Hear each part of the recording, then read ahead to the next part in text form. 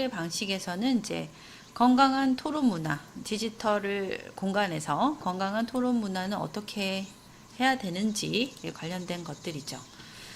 자, 이제 요거는 여러분이 그냥 아실 것 같아요. 디지털은 그 0과 1로 구성되어 있는 모든 방식들, 이런 것들이 디지털이고, 아날로그는 이제 밝기나 온도나 이런 것처럼 연속으로 변화하는 양을 나타내는 방식이죠.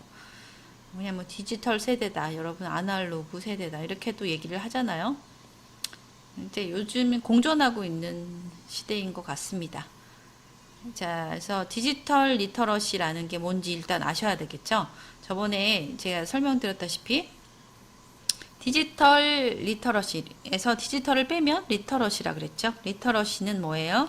이제 문해력, 그러니까 문자를, 우리 글을 읽고 쓰고 이해하는 능력이라고 말씀드렸죠.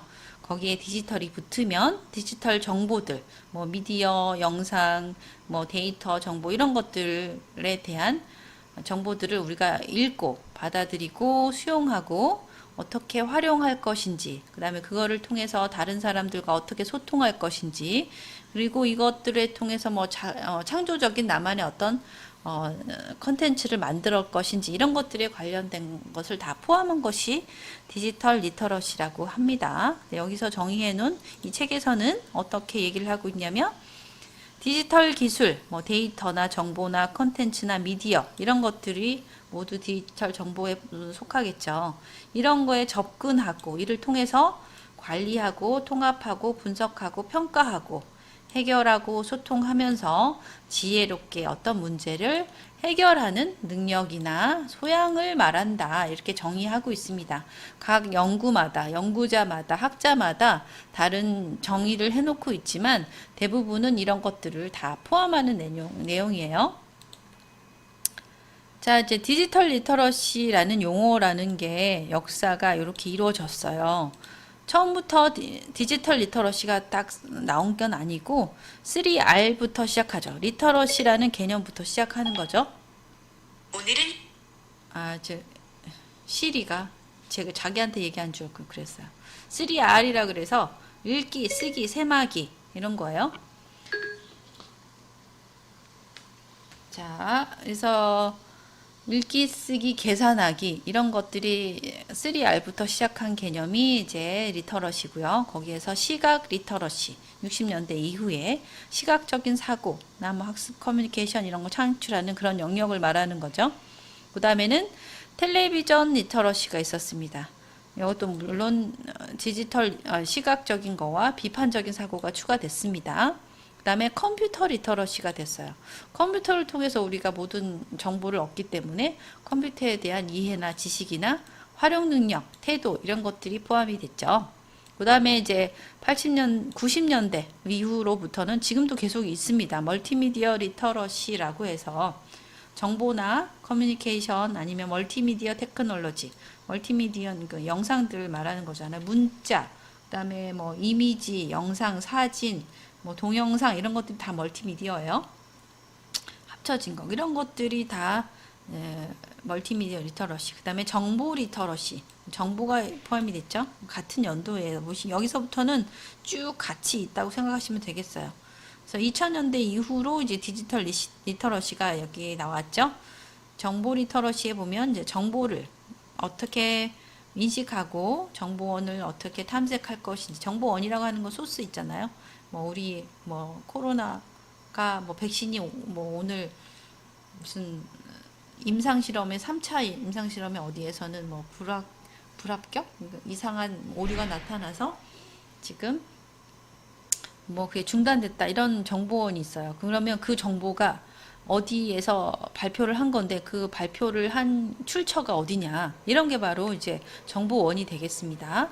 거기에 대한 비판적인 사고죠. 물조건 이걸 그렇구나 그래서 넘어가는 게 아니라 이 출처는 맞는지, 이 팩트는 정말로 사실인지 이런 것들을 체크할 필요가 있다는 거예요. 그 다음에 정보통신 리터러시가 있죠. 이거는 이제 매체 활용을 하고 정보 탐색, 뭐 정보 평가 조직 해서 문제 해결을 어떻게 할 것이냐까지 포함되는 거. 그다음에 미디어 리터러시. 그래서 우리 미디어 세대 말고 많이 하잖아요. 매스 미디어 뭐 등등해서 이런 뭐 정보 그러니까 메시지에 초점을 맞추고 있습니다. 그래서 문화 리터러시, 뭐 이런 영화나 비디오나 이런 것들을 총체적으로 다 포함하는 개념입니다. 2000년대 이후로 나온 것이 바로 디지털 리터러시인데요. 뭐 컴퓨터나 정보나 지식 리터러시, 이걸 통해서 우리가 비판적으로 어떻게 사고를 할 것인지, 뭐 단순한 기술 습득을 이제 이미 넘어서서 활용 능력이 요구되는 거죠. 그다음에 4E로 지금 발전을 하고 있습니다. 여기에서 뭐 여러 가지 계속 분화하고 있어요. 이것뿐만 아니고 2000년대 이후로 이라는 건 이게 네 개인 거죠. 지식을 어떻게 노출할 것인지, 전달하고 뭐 소통하고 이런 거죠. 그다음에 정보를 어떻게 수용할 것인지, 설득력 있게 생각을 잘 구사 표현할 것인지 하는 거. 그다음에 어떻게 아까 윤리를 빠뜨릴 수 없다 그랬잖아요. 무조건 뭐 남의 팩트이긴 하지만 남의 어떤 그 아픈 데를 공표하거나 이상한 데다가 뭐 퍼나르거나 이러면 안 되잖아요. 이런 윤리, 그런 것도 다 윤리에 포함이 됩니다. 이런 것들이 쭉 발전해온 개념이 바로 디지털 리터러시라고 할 수 있겠어요. 자, 이런 것들을 포함한 디지털 세계에서 이런 건강한 토론 문화는 어떻게 해야 되는지가 여기 포함이 되고 있습니다. DQ를 측정하는데요. 디지털 그 IQ, EQ 들어보셨나요? IQ 뭐 지능을 측정하는 거, 뭐 EQ는 뭐 감성 능력을 측정하는 뭐 이런 그 영역인데, 측정 도구인데, DQ라고 해서 디지털 큐티언트 뭐 이런 거에 의해서 디지털 지능이라고 합니다. 그래서 4개 범주, 6개 영역이에요. 그러니까 하나, 둘, 셋, 넷, 크게 4개의 범주이고 6개 영역, 여기가 3개로 나눠졌기 때문에 6개 영역이 되는 거죠. 처음에는 이제 뭐 이런 거죠. 이제 여기 포함되는 능력이 디지털 윤리, 활용, 이게 4개 범주를 말하는 거죠. 디지털 윤리, 활용 능력, 활용도, 사회 기여도입니다. 여기서 윤리고, 그 다음에 활용 능력, 여기 활용 능력이죠. 여기 유틸라이제이션, 활용 능력, 여기는 그다음 활용도, 어떻게 활용이 되고 있는지, 정도, 활용되는 정도죠. 그 다음에 사회에 어떻게 기여할 것인지 하는 것이, 이게 윤리네요. 에틱스, 윤리. 그 다음에 여기에 사회에 어떻게 기여할 수 있는지 이런 거예요. 영어를 보시면 되겠습니다. 그래서 윤리 영역에는 이제 디지털 세상이라 그래서 그 아날로그 세상과 전혀 다른 게 아니에요. 똑같이 사회 규범을 지켜야 되고 다른 사람의 생각이나 의견을 존중해야 되는 거죠. 그래서 이런 세상에서도 나의 소중한 정보도 소중하지만 다른 사람의 정보도 소중하다는 걸 똑같이 아셔야 되는 거죠. 그래서 다른 사람의 지적 재산이나 이런 것들을 불법으로 도용하거나 그러면 아예 불법입니다. 처벌을 받는 게 되는 거죠. 그래서 윤리를 잘 지켜야 되는 것이죠. 그다음에 사회적으로 어떻게 기여할 것인지, 다른 사람들과 친구에게 어떻게 도움을 줄 수 있는지, 피해를 주지 않고 누구에게 친구를 괴롭히지 않을 것인지 하는 거 있잖아요. 그 다음에 디지털을 어떻게 활용할 수 있는지, 공부에도 활용하지만 나의 진로 아니면 나의 뭐 실생활, 실제에도 어떻게 활용할 것인지가 중요한 영역이 되는 거죠. 그 다음에 활용도가 있겠습니다. 나의 필요한 정보나 인풋 영역, 나에게 그 가져오는 거죠. 어떤 정보나 어떤 컨텐츠를 내가 잘 찾아서 그걸 습득할 것인지, 잘 가져왔으면 분류하고 보관하는 거, 아니면 좋고 나쁜 것들을, 불필요한 것들은 잘 걸러낼 수 있는지, 이런 것들. 그 다음에 처리할 수 있는 것, 프로세싱이죠. 어떤 나의 기준이 있다고 하면 그 기준에 따라 잘 분석을 하고 그거를 느끼고 공감하는 능력. 그 다음에 이것을 나의 관점에 맞게, 나의 입장에 맞게 잘 설명할 줄도 알아야 되겠죠. 그 다음에 이제 아웃풋을 내는데 나의 그 사람들이 좋아하는 정보나 컨텐츠를 조사를 해서 기획을 해야 되죠. 나 유튜버를 하나 만든다고 생각합시다. 유튜버도 어떤 컨텐츠, 나만의 다른 사람과 구별할 수 있는 나만의 독창적인 어떤 컨텐츠가 있어야 되잖아요. 그리고 독창적이기만 하면 안 돼요. 나는 다른 사람들이 좋아할 수 있는지, 선호도 조사라든지 이런 것들을 잘 기획을 해야 된다는 거죠. 그래서 그 좋아하는 정보나 그다음에 컨텐츠가 나한테 잘 들어맞고 다른 사람들에게도 잘 공감이 될 수 있는지를 알아야 되겠고, 이런 것들이 만약에 된다고 하면 다른 사람들과 잘 공감하고 공유할 수 있는 능력이 돼야 되는 거죠. 이렇게 TQ의 영역이 4개의 범주와 6개 영역으로 나눌 수 있다는 겁니다. 그 다음에 이제 디지털에서 이제 건강한 토론 문화가 있어야 되죠. 건강한 교육 모델이라 그래서 디지털 리터러시를 위한 모델을 이렇게 STCPR 여기 있어요. 그러니까 서치를 해서 여러분이 그 스스로 어떤 주어진 주제를 탐색하고 생각하고 할 수 있는지 서치를 하고, 그 다음에는 톡입니다. 톡. 다른 사람들과 대화를 잘 나누고 나의 의사를 잘 전달할 수 있는지, 그러면서 나의 사고를 키우면서 정리할 수 있는지 하는 것들. 그 다음에 크리에이트. 그 다음에 정리된 생각이나 느낌을 여러 가지 컨텐츠로 맞게 창작할 수 있는 능력이 있어야 되겠죠. 그 다음에 프리젠테이션도 또 빼놓을 수가 없어요. 여러분 그 공부를 하면서도 좋은 방식이 하나, 남에게 설명해 주는 거, 발표하는 거 굉장히 좋은 능력이에요. 그래서 나만 갖고 있지 않고 이제 남들에게 발표하고 공유하면서 완벽한 나의 것으로 만들 수가 있습니다. 좋은 하나의 방식이에요. 그 다음에 리플렉션이라 그래서 내가 이렇게 했는데 뭐 좋은 반응이 없다. 부족한 부분을 내가 발표나 공유를 하면서 내가 알 수가 있어요. 그러면 성찰해 보고 그 부족한 부분을 어떻게 채울 것인지 그러면서 발전을 해가는 능력이 바로 이제 디지털 리터러시 교육을 위한 모델이 되겠습니다. 이 책에서 제시하고 있는 거예요.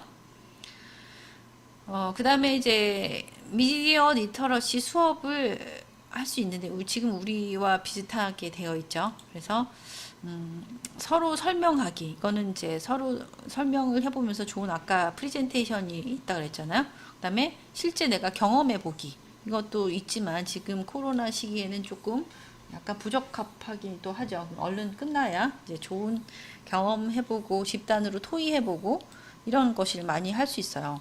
그 다음에 시범 강의 보기, 뭐 이제 다른 동영상이라든지 유사한 수업들을 찾아볼 수도 있고요. 시청각 수업 듣기, 우리 영상을 듣는 거죠. 그 다음에 유사한 뭐 여러 가지 자료들을 읽고 이런 것들, 강의 듣기, 이런 것들이 바로 다 해당하는 디지털 미디어 리터러시 수업의 여러 가지 방법이 되겠습니다. 21세기 중심에 이제 여기 아까 보셨다시피 여기 들어있는 거요. 아까 OC 보셨잖아요. 뭐 크리에이티비티, 창조성, 그 다음에 크리티컬 띵킹, 비판적 사고, 커뮤니케이션, 소통 능력, 콜래보레이션, 협업 능력, 이런 것들이 계속 중복되어서 여러 가지 그 도서, 그다음 미래에 관련된 뭐 도서라든지 교육이라든지 디지털이라든지 이런 데서 보시면 다 찾아볼 수 있는 여러 가지 능력이 되겠습니다. 앞에 설명드렸으니까 넘어갈게요. 그 다음에 이제 토론과 토의, 여러분 토론과 토의를 하는 걸 별로 안 좋아하죠. 근데 이거를 여기에 계속 익숙해지면서 좋은 여기에 하나의 좋은 문화, 아니면 교육 문화, 이런 나의 그런 것들로 삼아야 될 것 같아요. 앞으로는 계속 이쪽으로 많이 발전하기 때문에. 자, 토의와 토론이 있습니다. 토의는 이제 합의가 필요한 주제를 여기서는 하는 것이고요. 토론은 찬반이 있죠. 찬성이 있다고 하면 반대가 있어요. 그래서 찬성과 반대가 있는 쪽이 바로 토론이 되겠습니다. 그 중에 하나를 선택해야 되죠. 그래서 여기 토의는 어때요? 구분을 해보면 해결책을 찾기 위한 하나의 목적이 되는 거지만, 여기는 찬반의 양론 입장에서 그 우열을 가려보고 그거에 대한 더 나은 대안을 결정하는 것이 목적이 되겠습니다. 참석자들은 어떻게 해야 되냐면 서로 주장이 같거나 달라도 상관이 없어요. 그냥 모든 의견들을 다 내는데, 여기는 꼭 토론을 하기 위해서는 찬반의 양 입장이 있어야 돼요. 서로 의견이 달라야 돼요. 그래서 엄격한 규칙이 여기는 있어야 되는 것이고, 여기는 그냥 합의를 이끌어내는 과정이기 때문에 특별한 규칙이 없어도 되고요.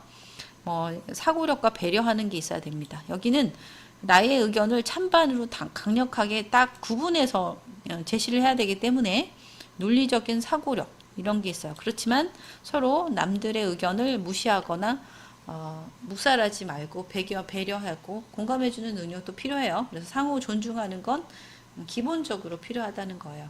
그래서 토의, 토의와 토론 문화가 앞으로 점점 중요해지고 있다는 겁니다. 자, 이제 토론과 토의 방법이 있는데요. 이제 요거는 이제 한번 쑥 읽어보시면 좋겠어요. 이제 원칙이나 순서를 지키는 거, 그 다음에 자신의 역할에 충실하는 거. 내가 지금 어디 찬반인지, 찬반인지, 지금 내가 나의 순서인지, 다른 사람의 의견을 할 것인지, 뭐 이런 거. 여기 보면 진행자, 참여자, 기록자, 발표자가 있는데 이 역할을 충실히 해야 되겠죠. 토의와 토론을 하기 위한 여기 원칙과 순서가 있습니다. 이 중에서 나는 이제 중요하는 건 공통으로 여러분이 지켜야 되는 여러 원칙들이 있는데 서로 이기려고 하지 않고 상대방의 말을 중간에 끊어야 되지 않겠죠. 그 다음에 잘난 체 하지 않고 혼자만 떠들지 않기, 뭐 장황하게 설명하지 않기, 뭐 논점이 없이 그냥 두루뭉실하게 설명하는 거. 그다음에 남들이 팩트임에도 불구하고 계속 자기 의견이 틀렸는데 인정하지 않고 똥꼬집 부리고 이런 거. 남들 조금 잘못될 수 있는데 비난하거나 그런 거에서 짜증내거나 이런 것들은 전에 지켜줘야 할 하나의 에티켓, 매너 이렇게 생각하시면 되겠어요. 자, 그거를 하기 위한 디지털 도구인데요. 여러분이 혹시 이거는 디지털 도구는 나중에 뒤에 가서 쭉 해볼 기회가 있어요. 근데 여기서 이론 수업 우리가 그 디지털 활용 도구를 들어가기 전에는 이 도구들이 어떤 것들이 있는지 활용을 이제 쭉 훑어보는 시간을 갖고요. 그 훑어본 다음에 혹시 여러분이 관심이 있으면 여기 들어가서 해보시면 됩니다. 여기 들어보시면 커뮤니케이션을 위해서 필요한 디지털 도구로 패들렛이 있어요. 여기서 제공해주고 있는 디지털 도구들은 거의 무료로 여러분이 할 수가 있습니다. 활용할 수 있는 도구들이기 때문에 여러분이 관심만 있다고 하면 여기 회원가입이나 이런 것들을 통해서 여러분이 언제든지 친구들과 아니면 혹시 뭐 팀 프로젝트나 이런 것 공동으로 협업할 수 있는 어떤 사이버 공간이라든지 이런 게 필요하다고 하면 이 패들렛이나 이런 것들을 이용해서 해볼 수가 있어요. 여기는 요금제를 뭐 선택해서 하는 건데 꼭 필요한 사람들은 여기서 이것들을 회원 가입을 하고 요금제를 선택한 다음에 이제 패들렛을 생성하고 그 다음에 어떤 유형을 선택한 다음에 기본 설정, 그 다음에 권한 설정하고 게시물을 업로드하는 이런 것들이 여기 패들렛의 여러 가지 기능이 되겠습니다. 관심 있는 분들은 여기서 들어가 보서 해주시면 좋겠어요. 유형을 선택하는 거죠. 여기 보면 스타트 어떤 유형으로 내가 할 것인지 뭐 여기 중간에 이런 화면 여러분이 인터페이스라고 하시면 되겠어요. 이 중에 적당한 것들을 여러분이 유형을 선택하고 그 다음에는 이제 여기에서 조정하는 거 있죠. 여러분의 선택을 하고 기본 설정입니다. 기본 설정에서 이렇게 뭐 주제 설정하고 어떤 것들을 할 것인지 필터를 할 것인지 협업을 할 것인지 이런 것들을 기본적으로 설정할 수 있는 기능이 있습니다. 그 다음에 패들렛의 마지막에 보면 이제 권한을 설정하는 거죠. 남들에게 뭐죠? 여기 보면 쓰기 권한을 줄 것인지 읽기만 할 수 있는 권한만 줄 것인지 이런 것들을 할 수 있고요. 그 다음에 그거에 따라서 게시물을 업로드할 수 있는 기능까지 해서 패들렛이 여기 건강한 디지털 토론 문화에 보시면 소개되고 있는 하나의 디지털 도구입니다. 자, 디지털 리터러시에서 지금 쭉 앞에 살펴봤고 1장의 1절이 바로 디지털과 건강한 토론 문화잖아요. 그 다음으로는 지금 쭉 살펴봤고 패들렛까지 봤잖아요. 나머지는 그냥 책에 나와 있는 건데 할 수 있는 시간이 있을 겁니다. 자, 1장의 두 번째 다루고 있는 것이 바로 인공지능과 미디어의 순기능만 있는 것이냐 아니면 역기능 있는 것이냐가 함께 살펴보는 시간을 갖도록 하겠습니다. 자, 인공지능에 대해서 이제 좀 많은 여기는 다루고 있는 게 이제 뭐 순기능, 역기능이 초점을 맞췄는데요. 인공지능에 대한 원리를 조금 더 여러분께 설명드리기 위해서 다른 책에 있는 인공지능의 뭐 원리를 제가 다음 차시에다가 올려놓겠습니다. 그거를 보시면 조금 더 인공지능에 대해서 이제 이해를 하실 수 있을 것 같습니다. 자, 인공지능이 계속 어마어마하게 발전되고 있잖아요. 그래서 여기 이어령 선생님이 한 말인데 얼마 전에 돌아가셨죠. 자, 말보다 빨리 달릴 수 인간은 없죠. 말이 인간보다 빨리 달린다고 해서 말을 두려워하거나 뭐 그거를 경쟁하는 사람도 없어요. 그냥 말은 그냥 우리가 이동 수단이거나 뭐 이렇게 아니면 경주마 이런 것처럼 이렇게 생각하는 거지 말과 경쟁하려는 사람은 하나도 없습니다. 근데 얼마 전에 뭐 이거를 어느 나라에서는 이제 경주를 하는 데가 있는 것 같아요.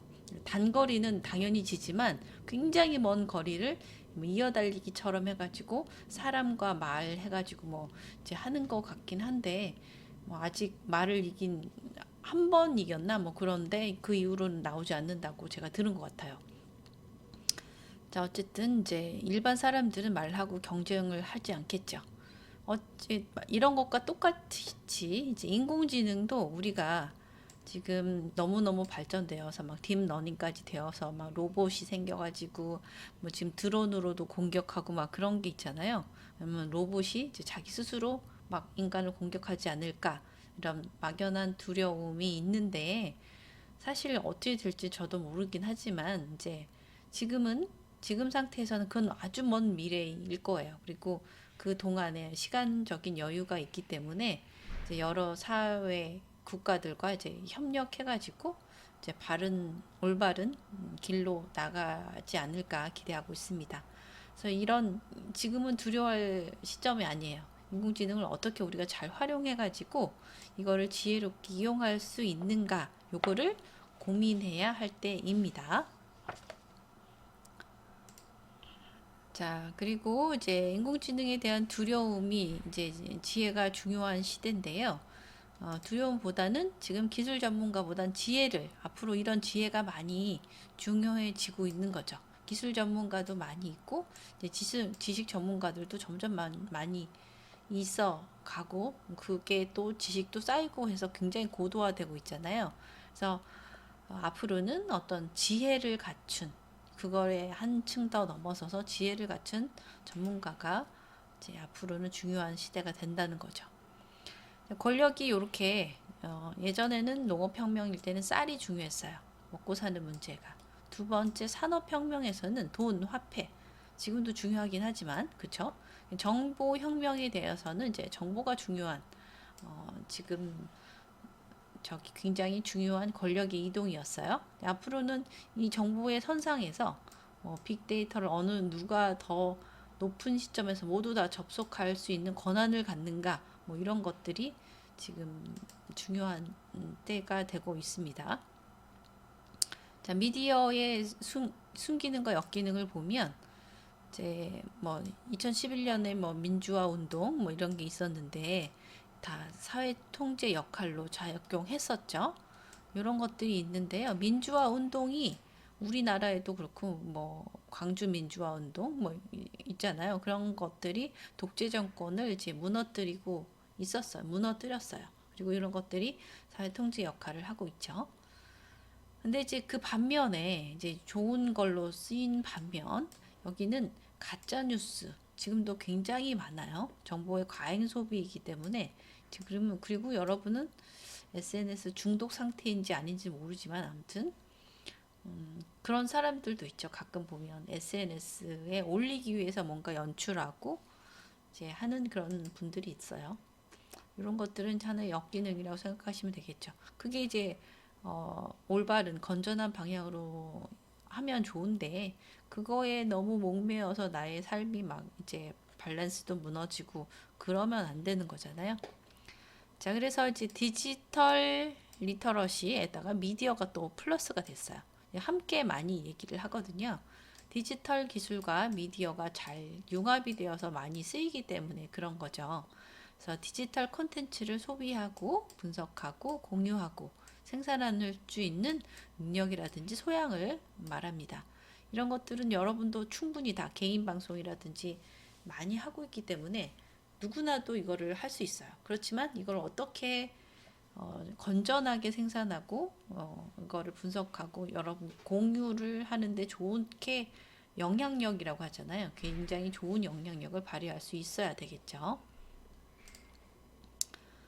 자, 그래서 이제 뒤에도 나오는데요. 이제 인공지능 하면 이제 퀵드로우하고 오토드로우가 많이 있어요. 굉장히 재밌는 것입니다. 이제 뒤에 살짝 제가 요거를 한놓은 영상이 있으니까 그걸로 보시면 되겠어요. 자, 인공지능의 미디어에 순기능과 역기능이 간단하게 나왔는데요. 그 인공지능 이것 가지고 인공지능을 이해하기는 좀 어렵잖아요. 그래서 제가 다른 책에 있는 인공지능의 원리를 설명해 놓은 것이 있어가지고 제가 그거를 이제 여러분께 소개해 드리면서 다음 차시에 설명을 해 드릴 겁니다. 그거를 보시면 인공지능이 어느 정도 우리가 그냥 막연하게 그냥 인공지능이 어떤 뜬구름 잡듯이 이렇게 생각만 했지만 이렇게 구분이 되는구나. 자세하게 여러분 조금 더 구체화할 수 있는 시간이 될 것 같습니다. 그러면 인공지능에 대한 이해를 하기 위해 다른 교재로 설명을 하도록 하겠습니다. 다음 차시에.